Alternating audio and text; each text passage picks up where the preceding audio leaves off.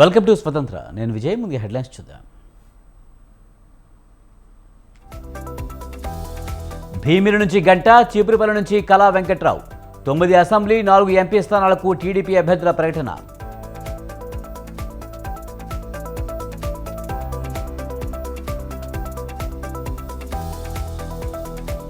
కోడుమూరులో YS Jagan bus యాత్ర, స్థానికులను పలకరిస్తూ ముందుకు వెళ్తున్న వైసీపీ అధినేత.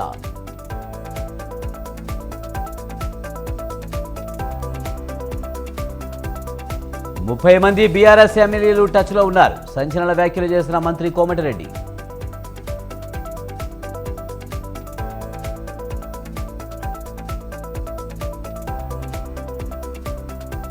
పార్టీ మారే వాళ్ళు 2 రాళ్లు వేసి వెళ్తారు. రేవంత్ రెడ్డి లీకు వీరుడన్న కేటీఆర్.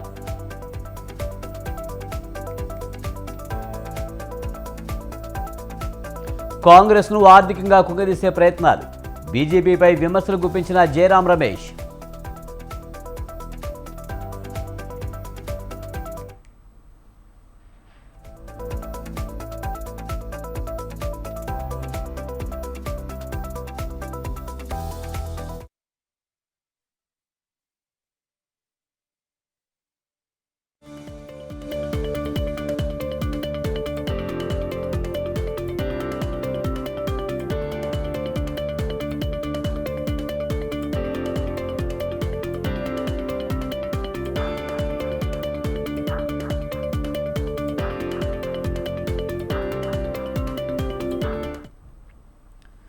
కారు దిగి కాంగ్రెస్ గూటికి చేరిన కేకే కీలక వ్యాఖ్యలు చేశారు.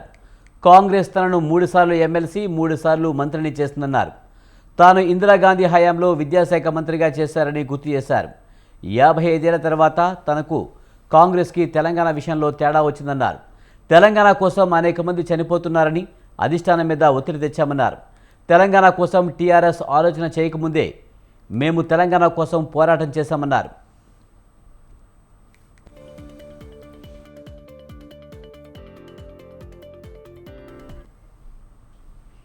తెలంగాణ ఉద్యమాన్ని తెచ్చిన టీఆర్ఎస్లో చేరామన్నారు. ఇవాళ తెలంగాణ అభివృద్ధి చెందిందంటే అది కేసీఆర్ వల్లే అన్నారు. పార్టీని ఒక కుటుంబం మాత్రమే నడుపుతుందనే అభిప్రాయం సర్వత్రా నెలకొందని, అందుకే ఆ పార్టీని వీడుతున్నానని చెప్పారు.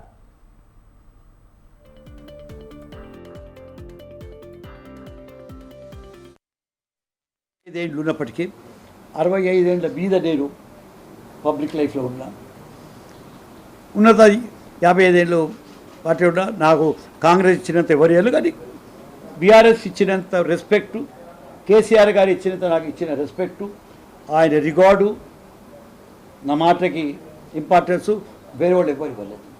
ఇప్పుడు ఇన్ని ఏళ్ళ తర్వాత 13 ఏళ్ళ తర్వాత ఆఫ్టర్ మై తీర్థయాత్ర of 13 years don't you think I go back home? ఇంటికి పోవాలా లేదా? ఆఫ్టర్ నేను సావడానికి దగ్గరికి వస్తున్నాను కదా. 85 ఏళ్ళు అంటే ఎన్ని ఏళ్ళు పెరుగుతాను? 50 పెడతాను, 2 ఏళ్ళు, 3 ఏళ్ళు పెరుగుతాను. నేను ఏది మీకు మాట్లాడినా నేను చాలా సిన్సియర్గా మాట్లాడుతున్నా. నాకేం రేపు నేను కేసీఆర్కి వచ్చి మాట్లాడే అవసరం లేకుండా, కానీ ఒక మర్యాద, ఒక పాలిటిక్స్లో ఉంది. కాబట్టి టైం వచ్చింది. ఐ షుడ్ హోమ్ కమింగ్ చేయాలా, ఇంటికి వాపస్ పోవాలా అని వచ్చింది. గర్ వాపసి అంటాం. So I have decided to go back, ghar wapsi చేయాలని మాత్రం నిర్ణయం చేసుకున్నాం. లోక్సభ ఎన్నికలకు ముందు తెలంగాణ రాజకీయాల్లో మునిపెన్నడూ లేని ఆసక్తికర పరిణామాలు చోటు చేసుకుంటున్నాయి. ప్రతిపక్ష బీఆర్ఎస్కు గట్టి షాక్ ఇస్తూ ఆ పార్టీ ప్రధాన నేతలు పార్టీ మారుతున్నారు. కేకే, కడియం కుటుంబాలు హస్తం కండువా కప్పుకునేందుకు రెడీ అయ్యారు. మాజీ మంత్రి కడియం శ్రీహరి కాంగ్రెస్లో చేరబోతున్నారు. మినిస్టర్స్ క్వార్టర్స్లో ఉన్న కడియం శ్రీహరిని కాంగ్రెస్ నేతలు కలిశారు. ఏఐసిసి ఇన్ఛార్జ్ దీపదాస్ మున్షి, రోహిత్ చౌదరి, విష్ణుదాస్, మల్లు రవి, సంపత్ కుమార్, రోహిన్ రెడ్డి కడియంతో భేటీ అయ్యారు. ఈ సందర్భంగా కడియం శ్రీహరి ఆయన కుమార్తె కావ్యను కాంగ్రెస్ పార్టీలోకి ఆహ్వానించారు.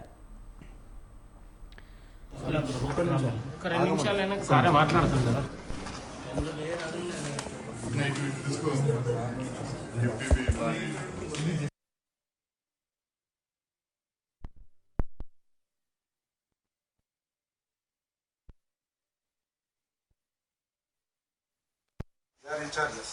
There is in charge from Telangana, in charge for Maharashtra. We are in charge for Telangana, both of them. He's from We Delhi, are, he's from we are Kerala. one team. Today onwards, all of us one team.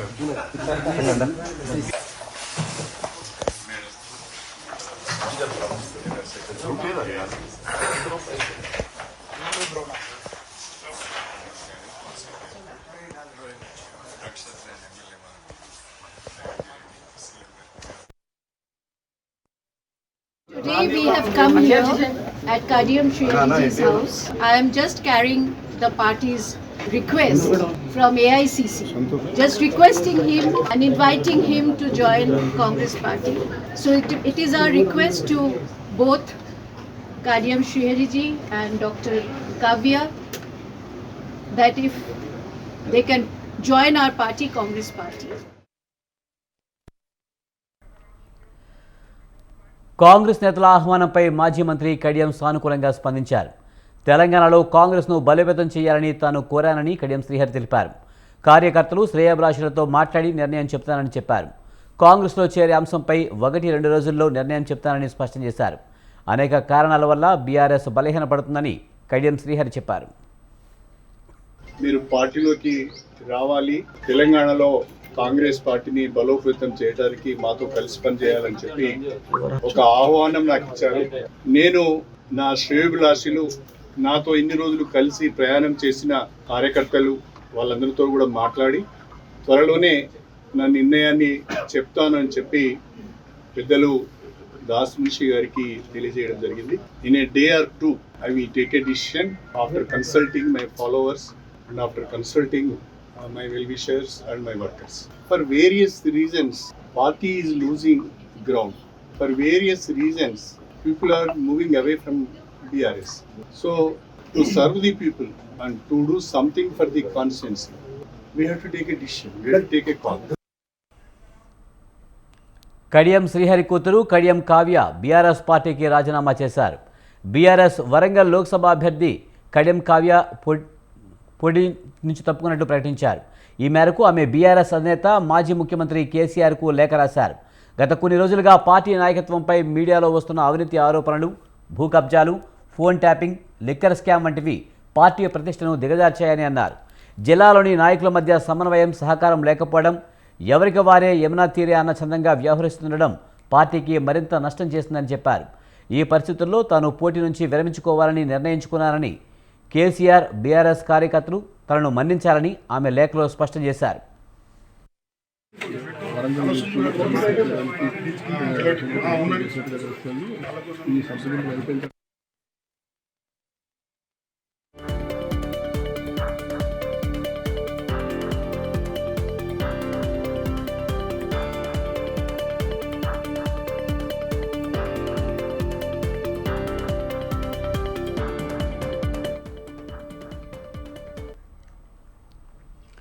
Warangal రాజకీయాలు క్షణానికో మలుపు తిరుగుతుంది. Station Ganapur MLA Kadiyam Srihari car దిగి కాంగ్రెస్ గూటికి చేరేందుకు సిద్ధమయ్యారు. దీంతో ఇటీవలే కాంగ్రెస్లో చేరిన మాజీ ఎమ్మెల్యే తాటికొండ రాజయ్య మళ్లీ గులాబీ పార్టీ వైపు చూస్తున్నారు. గత ఎన్నికల్లో రాజయ్యకు టికెట్ ఇవ్వకపోవడంతో మనస్తాపానికి గురైన ఆయన కాంగ్రెస్లో చేరారు. ఇప్పుడు కడియం కాంగ్రెస్లో చేరేందుకు సిద్ధమవడంతో తాటికొండ మళ్లీ కారెక్కేందుకు సిద్ధమవుతున్నారు. కడియం శ్రీహరితో పాటు బీఆర్ఎస్ వరంగల్ ఎంపీ అభ్యర్థి కడియం కావ్య కూడా కాంగ్రెస్ గూటికి చేరడంతో ఇప్పుడు గులాబీ పార్టీ తరపున రాజయ్య ఎంపీ టికెట్ ఆశిస్తున్నారు. కాగా హైదరాబాద్లో రాజయ్య ఇంటికి వెళ్లిన బీఆర్ఎస్ నేతలు ఆయనను పార్టీలో చేరాలని కోరనున్నారు. రాజయ్య కేసీఆర్తో కూడా భేటీ కానున్నట్లు తెలుస్తుంది. దీనిపై మరింత సమాచారాన్ని మా ప్రతినిధి సుధాకర్ అందిస్తారు. సుధాకర్, తాటికొండ రాజయ్య మళ్ళీ బీఆర్ఎస్లో చేరుతున్నట్టుగా వార్తలు వస్తున్నాయి. పూర్తి సమాచారం ఏంటి? Thank you Vijay. ఉమ్మడి వరంగల్ జిల్లా వ్యాప్తంగా ఏ పూట ఏ రాజకీయ నాయకుడు ఏ పార్టీలో ఉంటున్నాడో ఇంతవరకు ఎవరికి అంతు చిక్కని పరిస్థితి ఉంది. ఎందుకంటే గత కొద్ది రోజుల నుంచి చూస్తుంటే పొద్దున ఒక పార్టీ, సాయంత్రం ఒక పార్టీ పోయే పరిస్థితి కూడా అవపడుతుంది. పొద్దున నుంచి సాయంత్రం వరకు అందరు కలిసి మీటింగులు పెట్టుకొని సమావేశాలు నిర్వహించుకొని రేపు జరగబోయే కార్యాచరణ ఏందని చెప్పి దిశానిర్దేశం చేసుకున్న తర్వాత ఒక గంటలోపే వీళ్ళు పార్టీలను ఫిరాయించడం జరుగుతుంది. ఇట్లనే చూసుకుంటే నిన్న రాత్రి 8 గంటల నుంచి 9 గంటల వరకు కూడా మొత్తం బీఆర్ఎస్ ఉమ్మడి వరంగల్ జిల్లాకు సంబంధించి పార్లమెంటరీకి సంబంధించిన వారంతా నిన్న కడియం శ్రీహరి, కడియం కావ్యతో పాటు మీటింగ్ పెట్టడం జరిగింది. ఆ ఒక మీటింగ్ అయిపోయిన మరుక్షణమే కడియం శ్రీహరి అతని యొక్క కూతురు కావ్య, కడియం కావ్య ఈ యొక్క బీఆర్ఎస్ పార్టీ సంబంధించిన పార్లమెంటరీ వరంగల్ పార్లమెంట్ సంబంధించిన అభ్యర్థిగా గతంలో ప్రకటించడం జరిగింది. ఈ యొక్క నేను బీఆర్ఎస్ పార్టీలో ఉండాలని నేను రాజీనామా చేస్తున్నా అని చెప్పేసి వాళ్ళు రాజీనామా చేసి కాంగ్రెస్ సిద్ధం పుచ్చుకోవడానికి వాళ్ళు సిద్ధం కావడంతో పాటు ఇక్కడ మొట్టమొదటిగా వరంగల్ ఉమ్మడి జిల్లా నుంచి చూసుకుంటే ఇటు ఎలక్షన్ ఏదైతే సార్వత్రిక ఎన్నికలైపోయిన తర్వాత మొట్టమొదటిగా వరంగల్ ఉమ్మడి జిల్లా నుంచి పోయి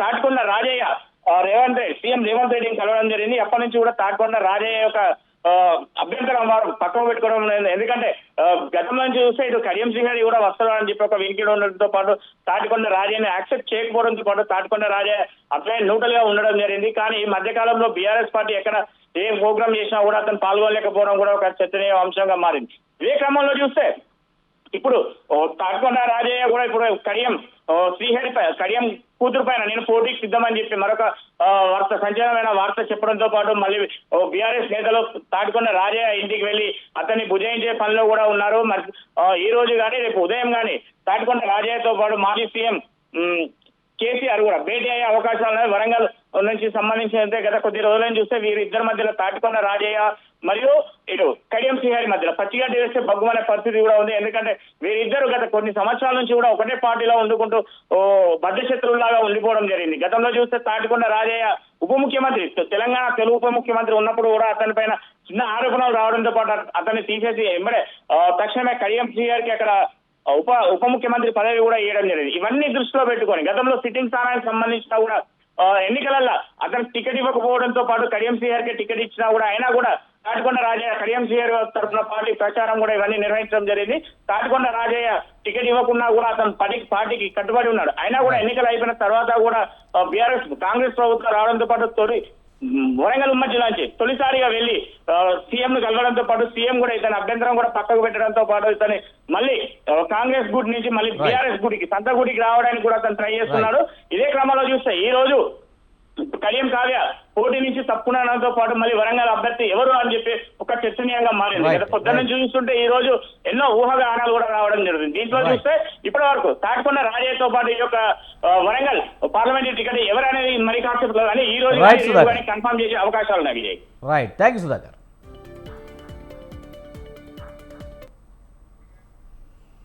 బీఆర్ఎస్ నుంచి కాంగ్రెస్ పార్టీలో చేరుతున్న నాయకులపై మాజీ మంత్రి కేటీఆర్ కీలక వ్యాఖ్యలు చేశారు. పార్టీ మారేవారు 2 రాళ్లు వేసి వెళ్తారని అన్నారు. మల్కాజ్గిరిలో పోటీ చేద్దామంటూ సీఎం రేవంత్ రెడ్డికి సవాల్ విసిరితే స్పందించలేదని చెప్పారు. రేవంత్ ఇంకా ప్రతిపక్షంలో ఉన్నట్లే మాట్లాడుతున్నారని విమర్శించారు. రేవంత్ రెడ్డి లీక్ వీరుడు అంటూ ఫైర్ అయ్యారు. ఇచ్చిన హామీలు అమలు చేయలేక రోజుకో ముచ్చట చెబుతున్నారని ఎద్దేవా చేశారు.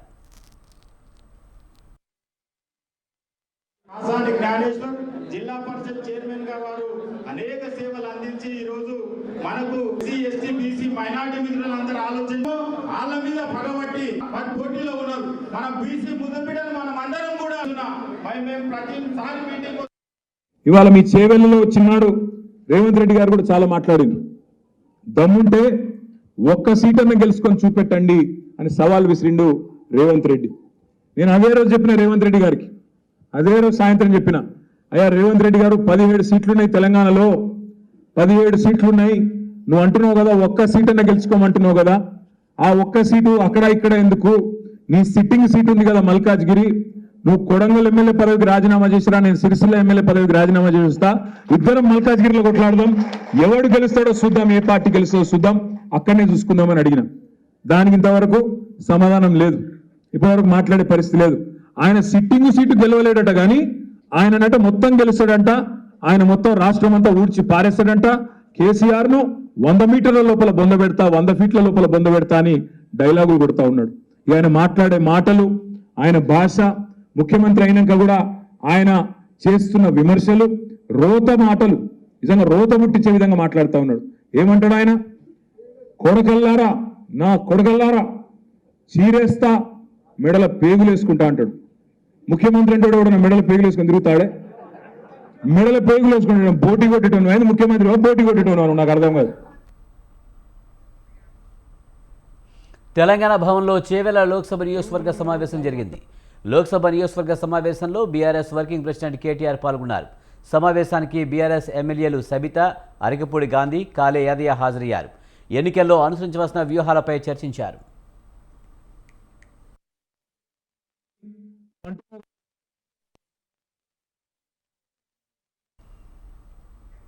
బీఆర్ఎస్ కీలక నేతలు పార్టీ మారడంపై ఘాటు వ్యాఖ్యలు చేశారు మాజీ మంత్రి హరీష్ రావు. తెలంగాణలో ఇటీవల జరుగుతున్న కొన్ని కార్యక్రమాలు చూస్తున్నామని, కొంతమంది రాజకీయ అవకాశవాదులు, పవర్ బ్రోకర్లు పార్టీని విడిచిపెట్టిపోతున్నారని మండిపడ్డారు. తెలంగాణ ఉద్యమం జరిగేటప్పుడు పట్టుమని 10 మంది లేకున్నా కేసీఆర్ ఉద్యమాన్ని ప్రారంభించారని, రానే రాదు అనుకున్న తెలంగాణ తెచ్చిపెట్టారని తెలిపారు. ఎన్నికలకు ముందు ఇచ్చిన 6 గ్యారంటీలను కాంగ్రెస్ అమలు చేయలేదని మండిపడ్డారు. ఎన్ని కుట్రలు చేసినా కాంగ్రెస్ ఎన్నికల్లో గెలవదని హరీష్ రావు వ్యాఖ్యానించారు.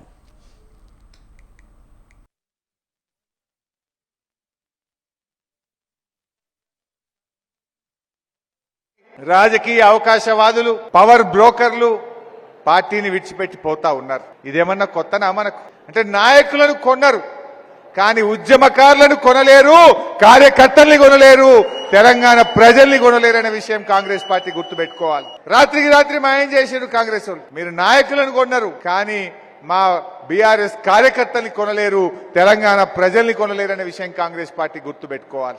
ఏం చేసిండు కాంగ్రెస్ వాడు? ఏం చేసిండు బీజేపీ అయినా? మన లీడర్లను బెదిరించి ప్రలోభాలకు గురి చేసి బీఆర్ఎస్ పార్టీ నాయకులను కొని మేమేదో గెలుస్తామని వాళ్ళు అనుకుంటున్నారు. బిడ్డ, మీరు గెలవరు. మీరు 6 గ్యారంటీలు అమలు చేయలే. ఇలా ప్రజలు బాధల్లో ఉన్నారు, పంటలు ఎండిపోతున్నాయి, రైతు ఆత్మహత్యలు జరుగుతున్నాయి, ఆటో కార్మికులు ఆత్మహత్యలు చేసుకుంటున్నారు. నువ్వు మాట తప్పినావు, తప్పకుండా నీకు గుణపాఠం తప్పదు. నిన్న ఇవాళ కొన్ని కార్యక్రమాలు చూస్తున్నాం. కొంతమంది యాదగిరిగుట్ట పేరును మార్చడమే కేసీఆర్ చేస్తున్న మొదటి తప్పని అన్నారు మంత్రి కోమటిరెడ్డి వెంకటరెడ్డి. త్వరలోనే యాదగిరిగుట్టగా పేరు మారుస్తామన్నారాయన. కేసీఆర్ చేస్తున్న పాపాల వల్ల కరువు వచ్చిందని ఆరోపించారు. దేవుడి పేరుతో కాళేశ్వరం ప్రాజెక్టు కట్టి సర్వనాశనం చేశారని మండిపడ్డారు. బీఆర్ఎస్ పార్టీ ఖాళీ అవుతుంటే కేసీఆర్కు మైండ్ బ్లాక్ అయిందని, అందుకే ఏదేదో మాట్లాడుతున్నారని చెప్పారు.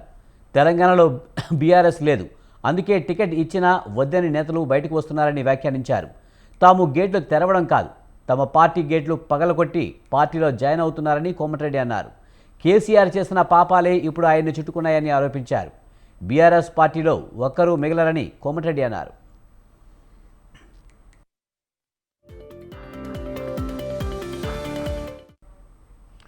పార్టీ ఎవరికి టికెట్ ఇస్తే వాళ్ళ కోసం పనిచేస్తానన్నారు కోమటిరెడ్డి. ఒక తెలంగాణ కోసం తప్ప తాను ఎప్పుడూ పార్టీని వ్యతిరేకించలేదన్నారు. టికెట్ల విషయంలో కలగజేసుకోనన్న మంత్రి పార్టీ కోసం పనిచేస్తానని చెప్పారు. తన నియోజకవర్గం, శాఖ తప్ప వేరే విషయాలను పట్టించుకోవడం లేదని కోమటిరెడ్డి స్పష్టం చేశారు.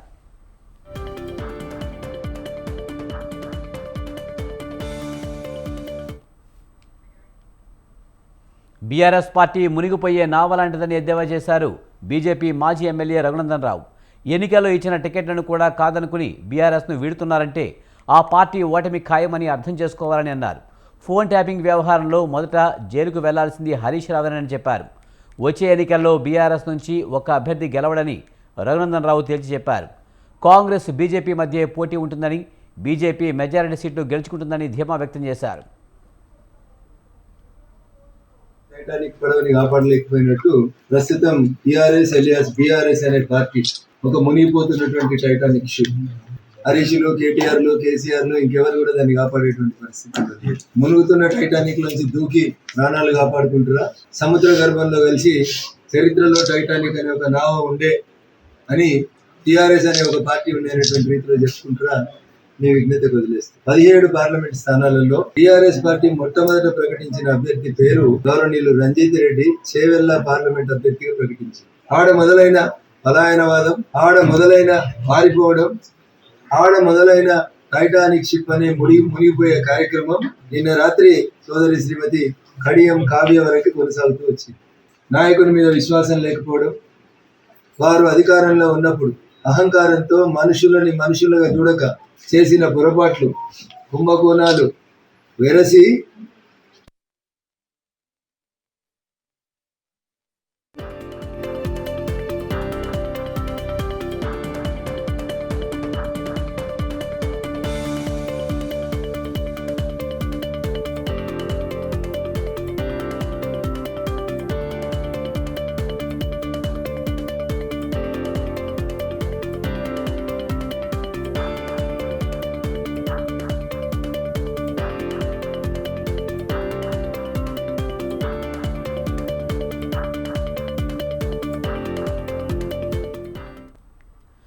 కాకినాడ జిల్లా పిఠాపురంలో రేపటి నుంచి పవన్ కళ్యాణ్ పర్యటించనున్నారు.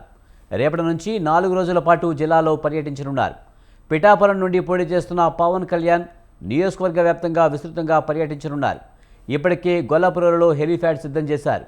మొదటగా పిఠాపురం కుకుటేశ్వర స్వామి ఆలయంలో వారాహి వాహనానికి ప్రత్యేక పూజలు నిర్వహించారు. అనంతరం పిఠాపురంలో కొలువైన 10వ శక్తిపీఠం పురోహితిగా అమ్మవారిని దర్శించుకుంటారు. ఈ నెల 30వ తేదీ సాయంత్రం గొల్లప్రోలు మండలం చేబ్రోలులో రామాలయ సెంటర్ వద్ద బహిరంగ సభలో పవన్ పాల్గొంటారు.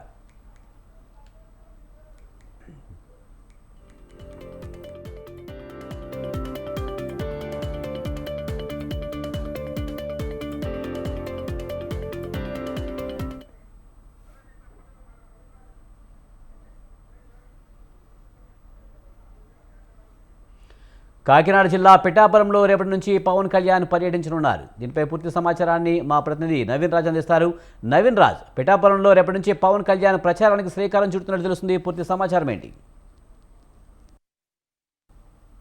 జనసేన అధినేత పవన్ కళ్యాణ్ అయితే కనుక ఎన్నికల శంఖారావాన్ని అయితే కాకినాడ జిల్లా పిఠాపురం నుంచి అయితే ప్రారంభించనున్నారు. ఆయన పోటీ చేయనున్న పిఠాపురం నియోజకవర్గం నుంచే రేపు పర్యటన ప్రారంభించి సుమారు 4 రోజుల పాటు అయితే ఆయన పర్యటన అయితే ఈ నియోజకవర్గం వారిగా చేసేందుకైతే అన్ని ఏర్పాట్లు సిద్ధం చేశారు. ముందుగా అయితే కనుక 3 రోజుల పాటు పిఠాపురం నియోజకవర్గంలో ఆయన పర్యటన ఉంటుందని చెప్పేసి ఆయన పార్టీ వర్గాలు అయితే ప్రకటించి అయితే 4 రోజుల పాటు దాన్ని పొడిగిస్తూ పర్యటన అయితే కొనసాగించనున్నారు. పిఠాపురం నుండి పవన్ కళ్యాణ్ అయితే పోటీ చేస్తూ రాష్ట్ర వ్యాప్తంగా కూడా ఈ పిఠాపురం కేంద్రం నుండి ఆయన ఎన్నికల ప్రచారాన్ని కూడా పర్యటన కూడా కొనసాగించేందుకు ఇప్పటికే షెడ్యూల్ అయితే తయారు చేశారు. పిఠాపురంలో 4 రోజుల పాటు కొనసాగే ఈ పర్యటన నిమిత్తం ఇప్పటికే గొల్లపురంలో అయితే కనుక హెలీప్యాడ్ అయితే సిద్ధం చేశారు. రేపు మధ్యాహ్నానికి అయితే కనుక పవన్ కళ్యాణ్ పిఠాపురంలోనే పిఠాపురం నియోజకవర్గం గొల్లపురంలో హెలీప్యాడ్ లో అయితే దిగి ఆయన తొలుత పిఠాపురం కుకుటేశ్వర స్వామి ఆలయంలో అయితే కనుక వారాహి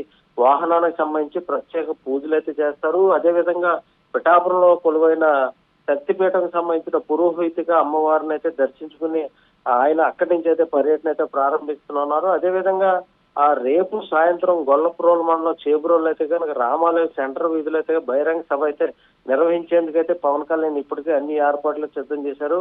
ముఖ్యంగా పిఠాపురం మండలం కుమారపురం గ్రామంలో ఉన్న శ్రీ గోకులంలో గ్రౌండ్ లో అయితే ఆయన బస్ చేయనున్నారు. దీనికి సంబంధించి అయితే ఇప్పటికే అన్ని ఏర్పాట్లు అయితే సిద్ధం చేశారు. అదేవిధంగా పిఠాపురం కేంద్రంగా ఆయన రాష్ట్ర వ్యాప్తంగా అన్ని నియోజకవర్గాలకి కూడా పర్యటన అయితే ప్రారంభించేందుకు అయితే ఆయన ఇప్పటికే ఏర్పాట్లు అయితే సిద్ధం చేసిన పరిస్థితి ఉంది. ఇక్కడి నుంచి అంటే కాకినాడ జిల్లా పిఠాపురంలో అయితే 4 రోజుల పర్యటన తర్వాత ఆయన ఉత్తరాంధ్ర కూడా వెళ్ళి అక్కడ కూడా పర్యటన చేసేందుకు అయితే సిద్ధంగా ఉన్నారు.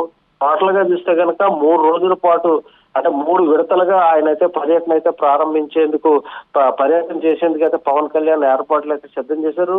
దాంతో పాటు కాకినాడలో కూడా కొన్ని రోజులు పర్యటన చేయాలని కాకినాడ రూరల్ అయితే కనుక ఆయన జనసేన పార్టీకి సంబంధించిన అభ్యర్థి కూడా పోటీ చేస్తున్నారు. అక్కడ కూడా పర్యటన తర్వాత 3 విడతలుగా జరిగి పర్యటనకు సంబంధించి కూడా అంటే పిఠాపురం కేంద్రంగా ఆయన అయితే పర్యటన అయితే చేసేందుకు అన్ని ఏర్పాట్లు సిద్ధం చేశారు. అదే విధంగా చూస్తే కనుక పవన్ కళ్యాణ్ పిఠాపురంలో కాలు మోపి దాన్ని ఆయన ఖాతాలో వేసుకుని జనసేన సత్తా చూపించాలని చెప్పేసి అయితే పవన్ కళ్యాణ్ అన్ని ఏర్పాట్లు చేశారు. అదేవిధంగా జనసేన అభ్యర్థులు ఏదైతే 21 నియోజకవర్గాల్లో పోటీ చేస్తున్న అన్ని నియోజకవర్గాలకు సంబంధించి కూడా పిఠాపురం నుంచి ఆయన పర్యటన అయితే కొనసాగించి జనసేన అభ్యర్థులని గెలిపించేందుకు అయితే ఆయన ఎన్ని ఏర్పాట్లు సిద్ధం చేసినట్లయితే తెలుస్తుంది. Vijay, right, thank you Naveen Raj. అనంతలో టికెట్ లొల్లి మొదలైంది. అసంతృప్తులు భగ్గుమంటున్నాయి.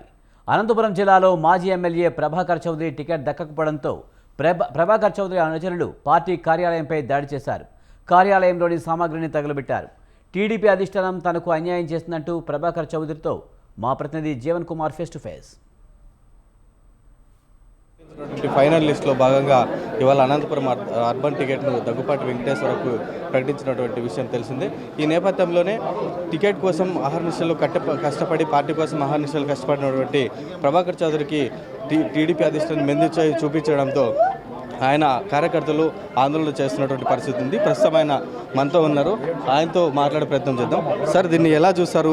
ఇన్ని రోజులు మీరు పార్టీ కోసం చాలా కష్టపడ్డారు, పార్టీ కార్యక్రమాల్లో చురుగ్గా పాల్గొని చంద్రబాబు జైల్లో ఉన్నప్పటికి కూడా చాలా కార్యక్రమాలు మీరు పాల్గొన్నారు. సో ఎలా చూస్తారు దీన్ని? కష్టపడి పని చేసేవానికి తెలుగుదేశం పార్టీలో విలువ ఉందా లేదనేది మచ్చుతూరుకి అనంతపురం నిదర్శనం. జిల్లాలోనే కాదు, కర్నూలు, నంద్యాల, అదేవిధంగా కర్నూలు, కడప, చిత్తూరు అనేక ప్రాంతాల్లో పార్టీ కోసం పనిచేశాం. జిల్లాలో కూడా సొంత పనులు విడిచిపెట్టి తిరిగాం. నాతో పాటు చాలామంది కార్యకర్తల నాయకులు తిరిగారు.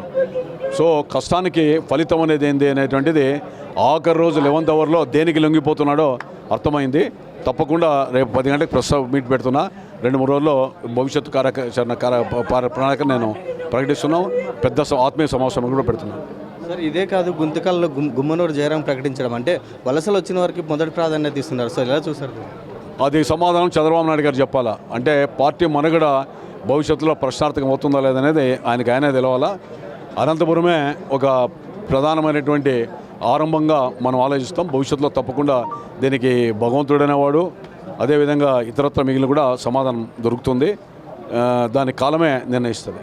దీనికి భవిష్యత్ కార్యాచరణ ఎలా ఉంది? నేను కార్యకర్తలందరూ చెప్తున్నా. ఒక అబ్బాయి గుండెపోటుతో ఆమె గుండెపోటుతో హాస్పిటల్ అడ్మిట్ అయింది. తర్వాత ఒక అబ్బాయి పురుగుల మందు మింగాడు. తర్వాత ఇంకొకరు ఫిట్స్ వచ్చి పడిపోయారు. అందరిని కూడా రిక్వెస్ట్ చేస్తున్నా, మీరు ఎవరు కూడా జిల్లా పార్టీ కార్యాలయంకి దాడి చేశారంటే దయచేసి వద్దని, సమయం పాటించండి, పోరాడదాం కష్టాల్లో.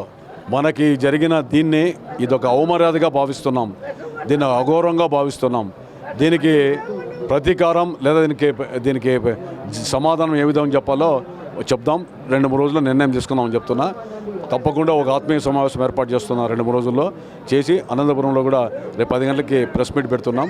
కార్యకర్తలను కూడా కొంత సమీకరించి అందరితో కూడా మాట్లాడి, జిల్లాలో కూడా నాతో పాటు ఉన్నటువంటి వాళ్ళు ఇతరత్ర వాళ్ళంతా కూడా మాట్లాడి ఏ నియోజకవర్గాల్లో ఏంటి అనేటువంటిది కూడా భవిష్యత్తు కార్యాచరణ ప్రణాళిక నిర్ణయం తీసుకుంటున్నాం. వచ్చిన అభ్యర్థి కూడా ఆయన ఎన్నికల్లో మరి పోటీ చేసే అభ్యర్థికి ప్రజలకి కార్యకర్తలకి ఏం సమాధానం చెప్పుకుంటాడో, చంద్రబాబు నాయుడు గారు కూడా ఏం సమాధానం చెప్తారో కూడా చెప్పాలా. దాన్ని బట్టి నేను మాట్లాడుతాను. పార్టీలో సీనియర్గా కొనసాగుతున్న మీకు కాకుండా బయట వ్యక్తులు టికెట్ కేటాయించడం పైన మీరు ఎలా? అదే చంద్రబాబు నాయుడు గారిని అడగాల. చంద్రబాబు నాయుడు గారిని అడగాల ప్రశ్న. చంద్రబాబు నాయుడు ఎందుకంటే అట్లా ఇవ్వడం కరెక్టా కాదని ఆయన అడగాల. ఎక్కడెక్కడ ఈ నియోజకవర్గాల్లో ఈ విధంగా చేశాడు అవన్నీ కూడా ఆయన సమాధానం. మీకు టికెట్ రావాలని చాలా సందర్భాల్లో IVRS సర్వే కూడా జరిగింది. చాలా వరకు మీకే టికెట్ వస్తుందని చాలా వరకు ప్రచారాలు కూడా జరిగాయి. కానీ చివరి నిమిషంలో ఇలా జరగడం పట్ల ఎలా? సర్వేలన్నీ ఒక బూటకమనే తేటతెల్లం అవుతుంది. నేను నోరు విప్పితే చాలా విషయాలు ఉన్నాయి, నేను మాట్లాడతాను, రేపు మాట్లాడతాను. ఇది ప్రస్తుతం అనంతపురం అర్బన్ మాజీ ఎమ్మెల్యే ఇంటి దగ్గర ఉన్నటువంటి ఉద్రిక్త వాతావరణము. ప్రస్తుతం ఆయన తీవ్ర నిరాశలో ఉన్నట్టు కూడా తెలుస్తోంది.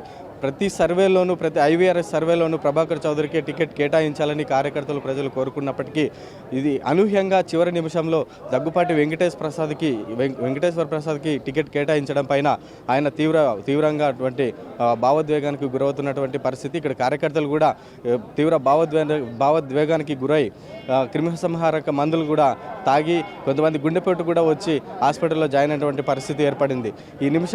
ఈ సందర్భంలో ఆయన మాట్లాడుతూ మన దగ్గర స్వతంత్ర టీవీతో మాట్లాడుతూ ఇక్కడ సర్వేలన్నీ కూడా చంద్రబాబు నాయుడు చేసినటువంటి సర్వేలన్నీ కూడా ఒక బూటకమని, ఇక్కడ కొన్ని ప్రలోభాలకు గురై ఆయన టికెట్ కేటాయింపులు జరుగుతున్నాడని, ఇది చంద్రబాబు నాయుడికి ఆ తెలుగుదేశం పార్టీకి ప్రజలు గట్టి బుద్ధి చెబుతారని కూడా ఆయన చెప్తున్నటువంటి పరిస్థితి. ఈ నేపథ్యంలోనే 2-3 రోజులు ఆత్మీయ సమ్మేళనం అనే ఒక కార్యక్రమం ఏర్పాటు చేసి కార్యకర్తలకు దిశానిర్దేశం కూడా చేస్తానని, ఈ కార్యకర్తలు కొంచెం సమయం పాటించాలని ఆయన కోరుకున్నటువంటి పరిస్థితి. ప్రస్తుతం ఆయన ప్రభాకర్ చౌదరి ఇంటి దగ్గర నుంచి ఉన్నటువంటి పరిస్థితి ఉంది. కెమెరా పర్సన్ పరశురామ్తో అనంతపురం నుంచి స్వతంత్ర టీవీ జీవన్ కుమార్. ఇవి ఈ విషయాలు చూస్తూనే ఉండండి స్వతంత్ర.